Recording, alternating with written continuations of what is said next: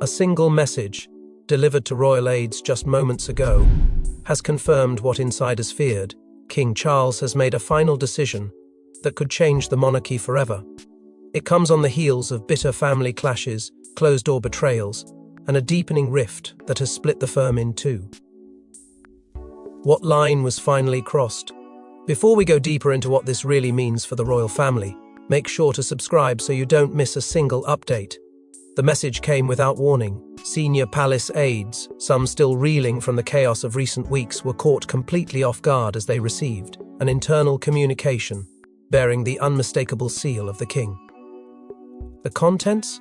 A direct, unambiguous declaration from Charles himself, worded with precision but heavy with finality.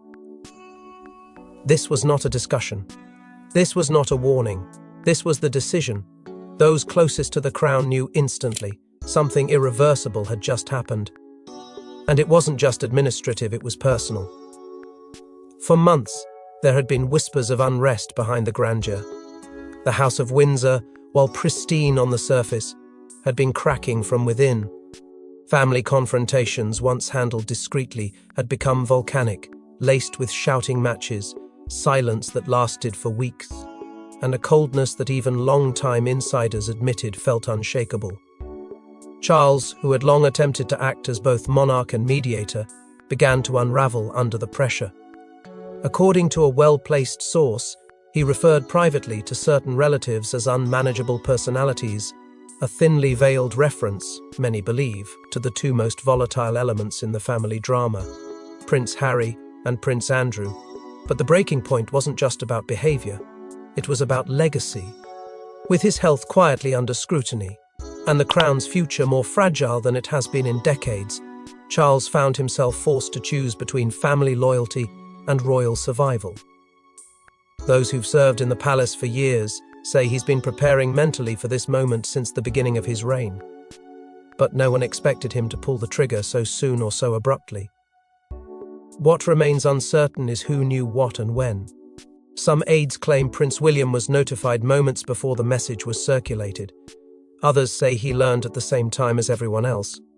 Queen Camilla, though seen as Charles's closest confidant, reportedly left the palace shortly before the statement was delivered, igniting speculation that even she wasn't fully aligned with the final decision.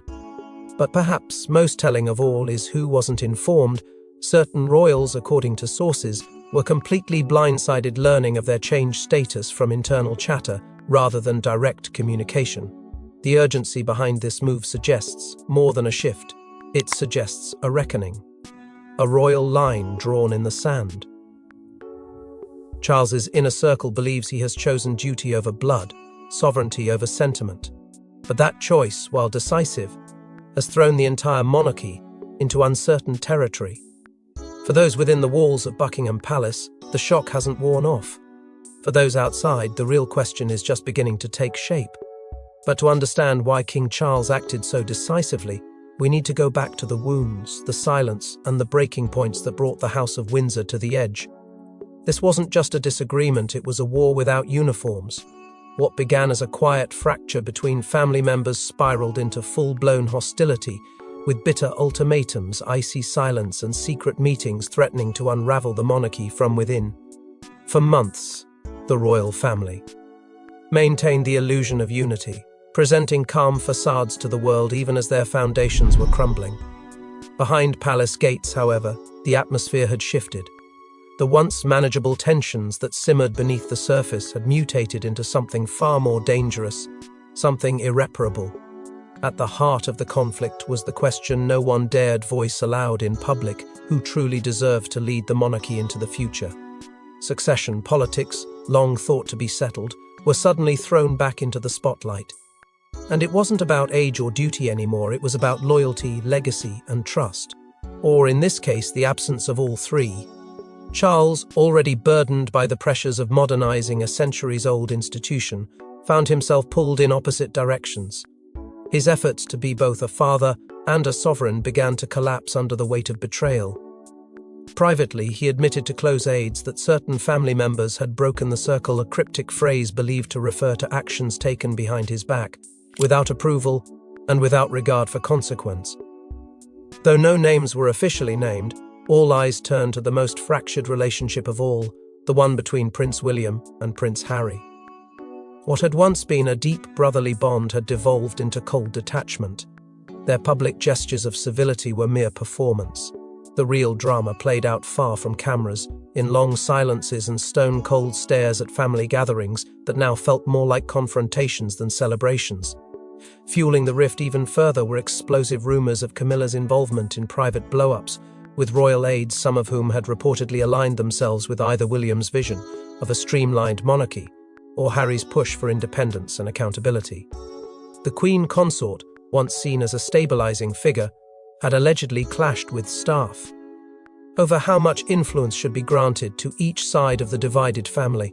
The situation grew so tense that even palace veterans admitted they had never seen anything like it. One insider confessed, "There is no reconciliation in sight. Every conversation ends in silence or storming out." Amidst the growing firestorm, one question kept emerging: where was the Queen? Charles's wife had been noticeably absent from key meetings and decision-making circles as the family crisis deepened.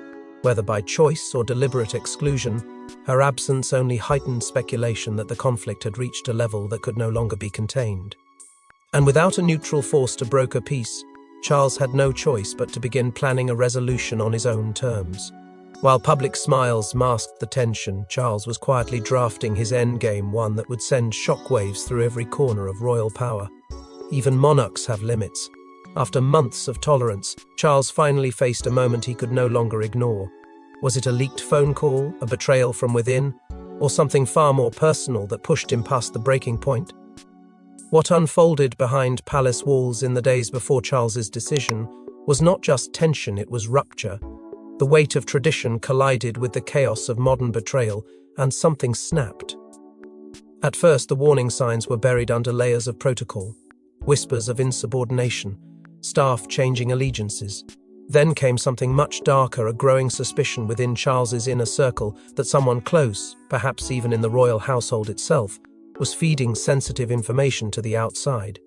According to one insider, a senior advisor flagged an encrypted email traced back to a trusted staff member. The content? A summary of a private meeting between Charles and senior royals, information that should never have left the room. But that wasn't all. Just days later, reports surfaced that a family member, rumored to be Prince Harry, had defied a direct instruction from Charles regarding a public appearance. It may have seemed like a minor act of rebellion to the public, but to the king, it was the final display of disregard. Sources close to the monarch say he viewed the move as a declaration of independence, a message that his authority no longer mattered. And yet, the most painful blow came not from an adversary but from someone caught in the middle. Catherine, the Princess of Wales, who had tried time and again to bridge the gap between her husband and the fractured family, found herself used as a pawn. When a private conversation between Charles and William, meant to stay within secure channels, somehow found its way into the press, the resulting headlines turned attention unfairly toward her. Speculation swirled that she had been present, possibly even recording. Those rumors were swiftly denied, but the damage was done. Camilla, sensing the threat to the crown's stability, reportedly intervened in a series of closed-door meetings. She warned Charles that inaction would be seen as weakness, that the longer he tolerated internal disobedience, the more he eroded the power of the crown itself. Royal advisors echoed her urgency. Some demanded immediate sanctions, others advised a public show of strength. But the most chilling suggestion came from one of Charles's oldest confidants: act now or lose control forever. The phrase lingered with Charles. It wasn't just about the present. It was about the weight of everything he had inherited, the legacy of his mother, the expectations of the realm, the delicate balance of public favor and private loyalty. He knew this wasn't just a family crisis.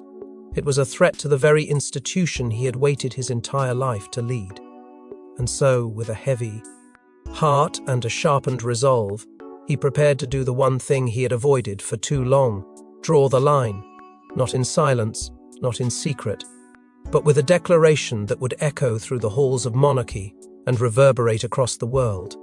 And so, with the weight of history on his shoulders, Charles made his choice, and the consequences would be immediate and irreversible. When the king speaks, it echoes through history. Charles's final decision wasn't just a message, it was a redefinition of the monarchy's future, and it came with stunning consequences for his own blood. The document was brief, just under 4 pages in length, but within its sharp, calculated language was a seismic shift in the House of Windsor's inner order. Drafted in secrecy and signed by King Charles less than 24 hours ago, the statement bore none of the usual ceremonial flourishes. It was cold, resolute, and devastating. The crown had spoken, not through tradition, not through ceremony, but through absolute authority. The palace confirmed shortly after its delivery that multiple royal responsibilities had been revoked and certain titles reassigned, effective immediately. Among those affected were 2 names that had already cast long shadows over the family, Prince Andrew and Prince Harry. For Andrew, the decision was unsurprising, but still jarring in its finality. Any hope of return, however remote, had been extinguished. But it was the inclusion of Harry that truly signaled the magnitude of the king's intent. The youngest son, once beloved by the nation, was now formally cut off from a future within the working royal family. And this time, there would be no ambiguity, no grey area, no room for negotiation.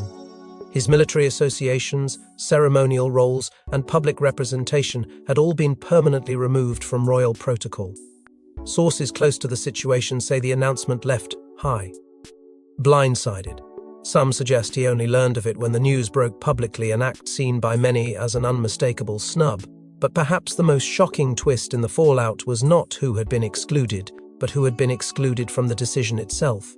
Prince William, heir to the throne and the future face of the monarchy, was reportedly not consulted on the final draft.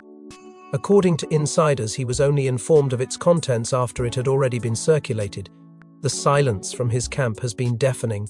Some read it as strategic, others see it as evidence of a growing rift not just between brothers, but now between father and son. And as if to underscore the gravity of the moment, Camilla was seen leaving an emergency meeting at Clarence House just hours before the document was signed. Her expression was said to be tight-lipped and unreadable.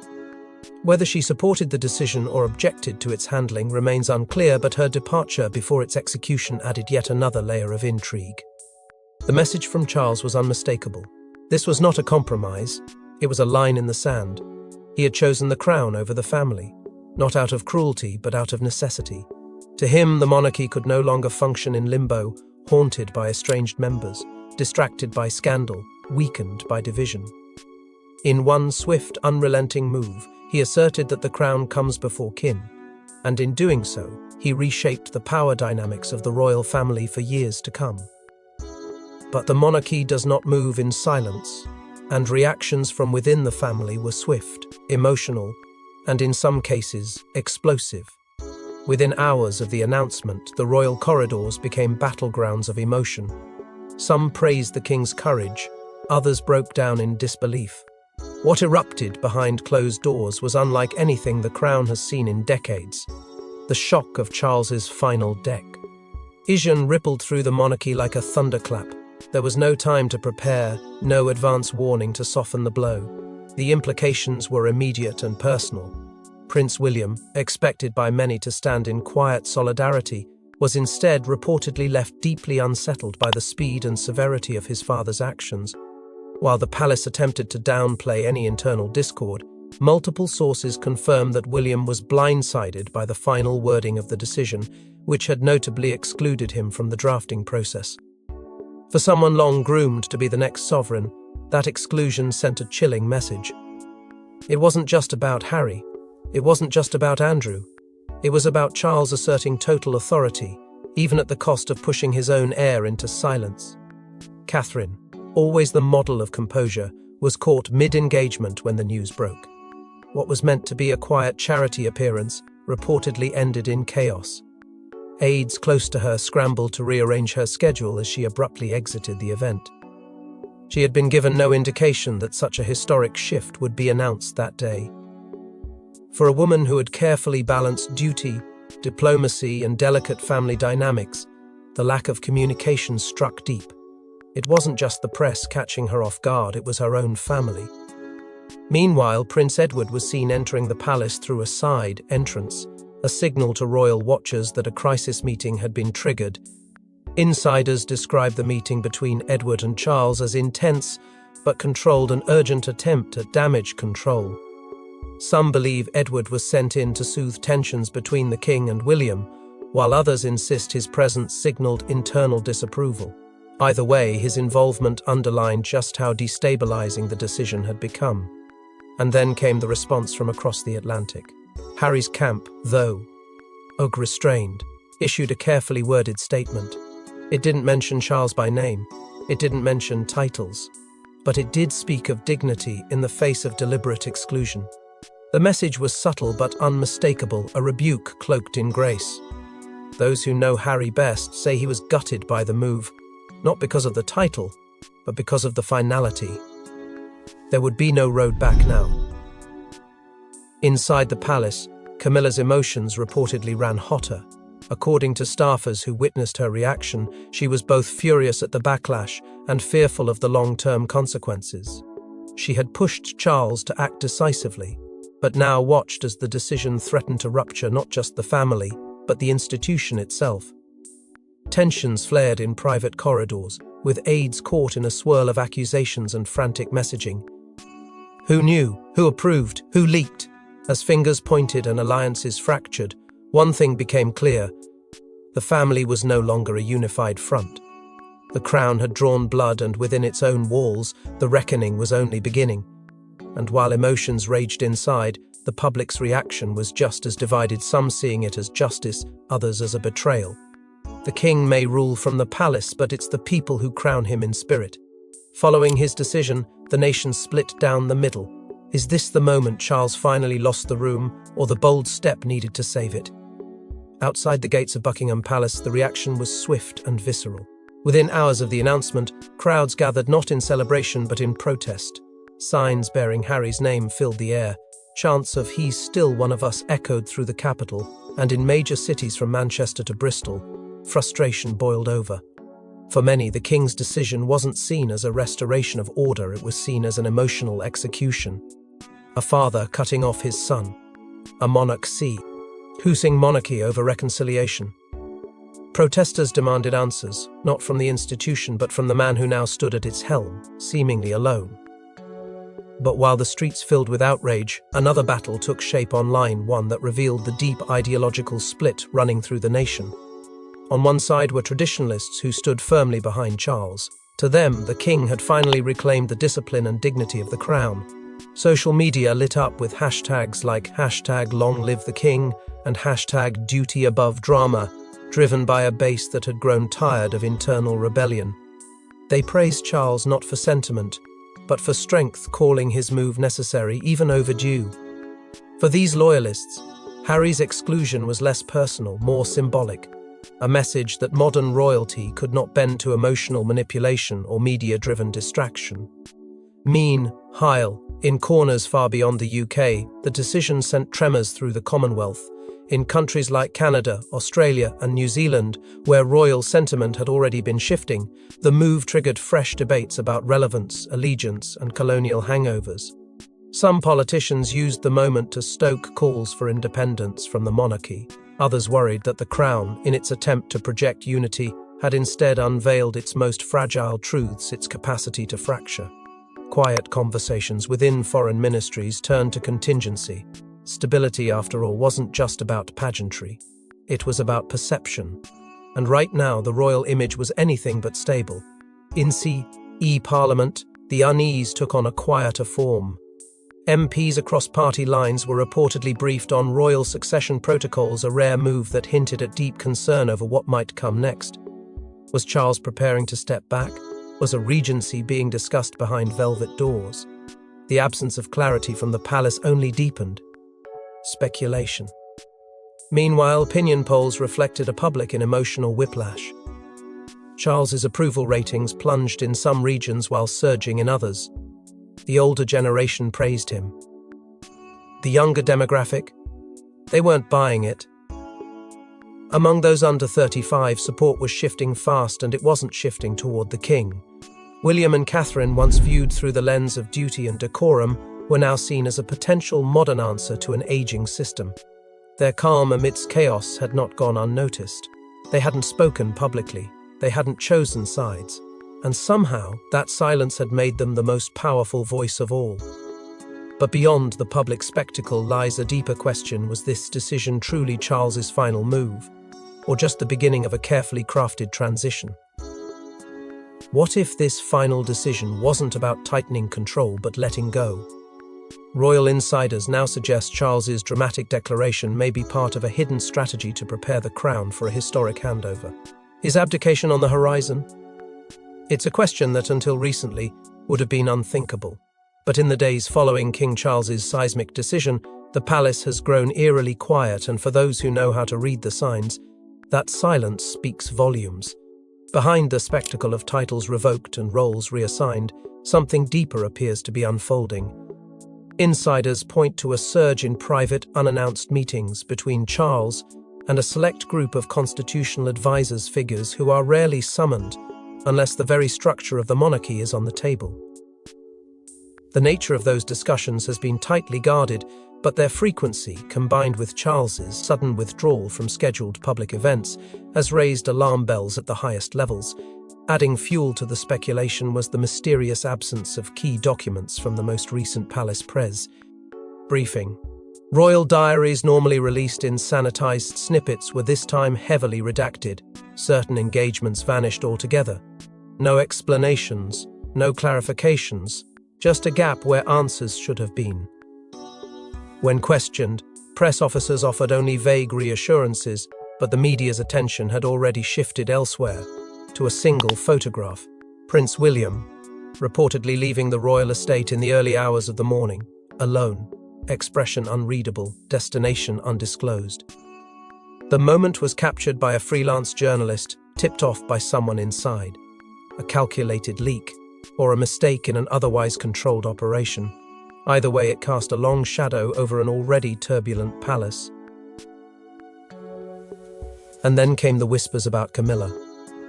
For a queen who had stood by Charles through decades of scrutiny and scandal, the reports that she was devastated over his long-term intentions struck a raw nerve. According to multiple sources, Camilla was not only excluded from some of the recent private briefings, she was stunned to learn that Charles may have already begun drafting the framework for a regency. Not in name, but in design. A gradual handover, a quiet exit, disguised as stability. The most cryptic development of all came when Charles abruptly cancelled a diplomatic trip that had been in the works for months. Officially, the palace cited logistical concerns, but palace insiders say the truth may be tied to something more personal: his health. The king has long kept his medical records guarded, but rumours of fatigue, recurring pain and quiet preparations have started to leak from staffers who've suddenly been asked to sign new non-disclosure agreements. One anonymous advisor, speaking off record, didn't mince words. "This is the start of the endgame," they said. "Charles knows what's coming. He's not trying to hold power, he's trying to control how he lets it go." But as questions swirl around Charles's next move, one figure continues to rise through the chaos, and it's someone no longer waiting for permission. While the men of the monarchy waged their power struggles, one woman stepped forward, not with force, but with quiet resolve. Catherine's influence has grown in the shadows, but now the light is finding her. In the midst of chaos, Catherine has become the constant. As Charles's authority trembles and William is increasingly drawn into the turbulence of royal diplomacy, it's Catherine who has taken hold of the emotional and ceremonial heart of the monarchy. While never formally named, her presence at high-profile events has dramatically increased, and her role behind palace walls has quietly expanded. Senior aides confirm that, in recent weeks, she has taken on a surprising number of state responsibilities once thought to be the exclusive domain of the reigning monarch or direct heir. It wasn't announced, it wasn't publicized. But people noticed, and now they are beginning to ask why. One source close to Prince Edward revealed something extraordinary: that in a closed-door discussion following Charles's decision, Edward praised Catherine's stability and clarity. During the institution's most volatile hour, In a family long torn between ego and emotion, her refusal to escalate tension has become her greatest strength. She doesn't chase power, it comes to her. And quietly, the young royals, the next generation, are being guided toward her orbit, not by decree, but by instinct. When their world fractures, they turn to Catherine. Inside the palace, royal advisors have begun a subtle but unmistakable pivot. Strategies are being drafted that frame Catherine not merely as a supportive figure to William, but as a leader in her own right. Her image, once reserved for elegant photo calls and ceremonial gestures, is now being crafted with deeper weight. She's being positioned, not for a moment but for a future. Even William, known for his guarded nature and private temperament, has shown signs of deference. In meetings held during the fallout of Charles's bombshell decision, he was heard pausing, looking toward Catherine and asking simply, "What do you think?" That question, once unthinkable in rooms dominated by kings, now holds meaning. Power in the monarchy is rarely seized, it is absorbed. And Catherine, without fanfare or ambition, is absorbing it. Meanwhile, the public has already begun using a new phrase. It started on social media, then in opinion columns, then whispered through press lines at royal events. Queen in all but title. It's not official, but it's becoming real. Because titles don't make monarchs, the people do. And right now, the people are watching Catherine rise with more hope than hesitation. But with Catherine's star rising and Charles's rule unraveling, the question can no longer be avoided. Who truly holds the future of the monarchy now? The monarchy is teetering on the edge of reinvention or ruin. With Charles's decision still echoing, the family splintered, and the world watching, the next chapter is no longer about tradition. It's about survival. Buckingham Palace has found itself under siege not from protesters at the gates, but from a storm of questions none seem ready to answer. The official line remains opaque. There has been no formal address regarding succession, no televised statement, no carefully worded press release. But the pressure is mounting. Senior figures are now quietly urging palace officials to issue clarification about what Charles's final decision actually means for the crown. Is he stepping back, preparing for abdication, or simply redrawing the lines of power within the royal household? The silence, some say, is deliberate. Others believe it's fear. Behind closed doors, William and Catherine are already preparing. Their calendars have begun to shift. Engagements once attended by Charles or Camilla are now being handed to them quietly, without fanfare. But the symbolism is unmistakable. Catherine, whose rise has been both subtle and seismic, is now stepping into roles traditionally reserved for queens-in-waiting. William, ever measured, is said to be walking a tightrope between loyalty to his father and responsibility to the public.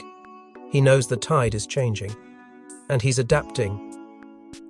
Camilla, however, stands at a crossroads. Once seen as the steady force behind Charles, her future is now cloaked in uncertainty. Rumours swirl of courtiers shifting their alliances away from the queen consort, sensing a change they cannot ignore. Her absence from several internal meetings has only added to the speculation. Some say she's retreating, others whisper she's being pushed aside. In a monarchy that thrives on symbolism, every absence speaks volumes. And then there's the question of a regency, not declared, not confirmed, but looming. Is the monarchy moving toward an informal handover of duties without the drama of abdication? The clues suggest a carefully choreographed transition, the kind that doesn't break the system, but bends it enough to survive. Charles's next public appearance, whenever it may be, will be more than ceremonial. It will be dissected, his posture, his words, his tone. The world will look for signs of strength, signs of retreat. Signs of a monarch still in command or one preparing to vanish behind the curtain of history. And all eyes now turn toward the next royal event. That stage, whether it's a state banquet or a memorial, may hold the answer. Because the true balance of power is no longer found in titles or bloodlines, it's revealed in who stands at the center of the room, who speaks and who listens. The firm has weathered storms before, but never like this. And in the silence left behind Charles's final decision, a new reign may already be writing itself. Thanks for watching. Don't forget to like and subscribe, and we will see you in the next one.